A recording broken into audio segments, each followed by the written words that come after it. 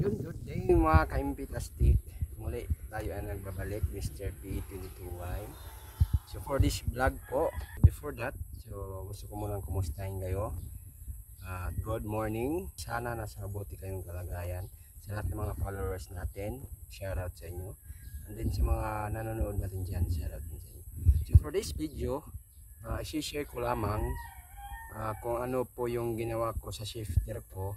Dahil nga mabot yung time na naubusan tayo ng baterya o nalubat yung baterya natin, so kailangan na natin gumamit ng kickstarter. Ito, kailangan na natin gumamit. However, yung shifter natin is hindi siya nabibend, so meaning steady lang po siya. So, kung nakikita nyo sa video natin, last video natin about sa shifter natin is talagang straight talaga siya. Yan. So ngayon ang ginawa natin ng mga ka-Impitastic is gumawa tayo ng tinatawag natin na pinagbabawal na technique. So dahil nga tayo ay walang budget, and then kapos tayo sa budget, then kapos din sa oras. So itong technique na to or pinagbabawal na technique i-share ko sa inyo, hindi lang po sa mga Rosy Flame natin, sa lahat po ng mga riders na mayroong shifter na naka-steady lang yung rear brake natin natapakan, naka-steady, so meaning hindi siya nabibend. So I hope na may makuha kayong idea dito, and then para na rin din po ito sa mga wala pong budget katulad ko. And then siyempre hindi maiwasan, lalong lalo na sa mga probinsya, pag tayo ay maubusan ng battery or naisipan nyo magpalit ng foot brake na para mabend siya o yung nabibend, is mag-order pa tayo through online shop like Shopee, Lazada, TikTok, or kahit anong mga online shop. So matagal pa yung oras or marami pang oras na kakainin bago dumating sa bahay natin. And then kailangan nating gamitin yung motor kasi pang araw-araw natin na ginagamit. Ngayon nagka-problema tayo, lalong lalo na mas mahal yung battery, so wala pa tayong battery or wala pa tayong pambili ng battery. Ginawa natin ng paraan o pinagbabawal na technique kung paano ko ito ginawa. So yun mga ka-Impitastic, ngayon ito na yung technique natin kung paano natin ginawa ng paraan yung rear brake natin. Ito. So yung rear brake natin is talagang steady yan. So ginawa natin ng pinagbabawal technique. So ito lang yung mga kinakailangan natin.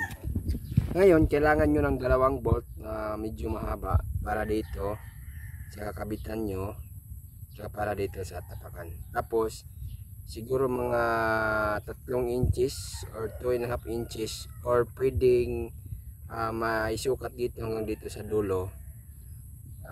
Yung mga sobra-sobra lang ng mga flat bar para gawin dito natin tulad nito.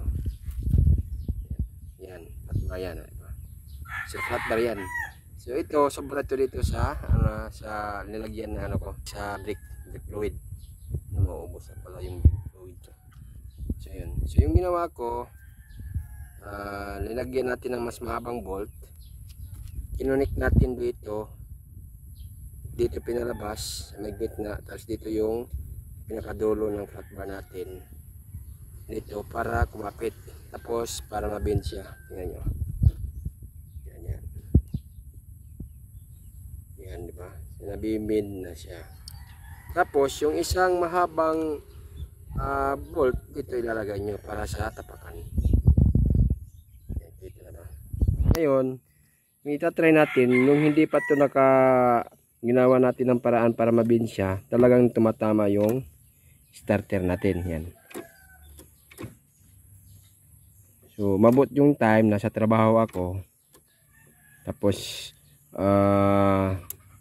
nawalan ako ng battery, so hindi ko rin ito makikik dahil nga hindi ito nabibend. So yung ginawa ko is tinanggal ko talaga siya dito. So, pagdating ko sa bahay, ito yung ginawa ko. So manap ako nito, isang flat bar, tapos bumili ako ng dalawang mataas na bolt para dito sa kakabitan at saka dito sa may tapakan, and then kinat ko dito para dito sa tapakan natin ito, para masasalo siya. Tingnan nyo. Hindi ko nakikita ba? Nasaan na yun? So yan o, tingnan nyo. Yan. So sumasalo na siya. Oh. Yan. Diba? Yan o. Sumasalo na siya. So ito yung gamit kung bakit natin ito kinat. So every time tayo magpapa start ng motor, ito yung ginagawa natin. Oh. Hindi na siya tumatama. So malayo na siya. Pag mag-start na siya, mag-kickstart, so balik lang natin. Yan. Goods na goods. Diba? So para lamang to sa mga low budget, walang budget, sa mga panmadalian na technique, or ito ay pinagbabawal natin na technique. So yun lamang po mga ka-Impitastic yung may share ko sa inyo for now. So maraming salamat, and then sa mga masusunod natin na mga kung ano yung gagawin natin paraan para sa motor natin is i-share ko sa inyo.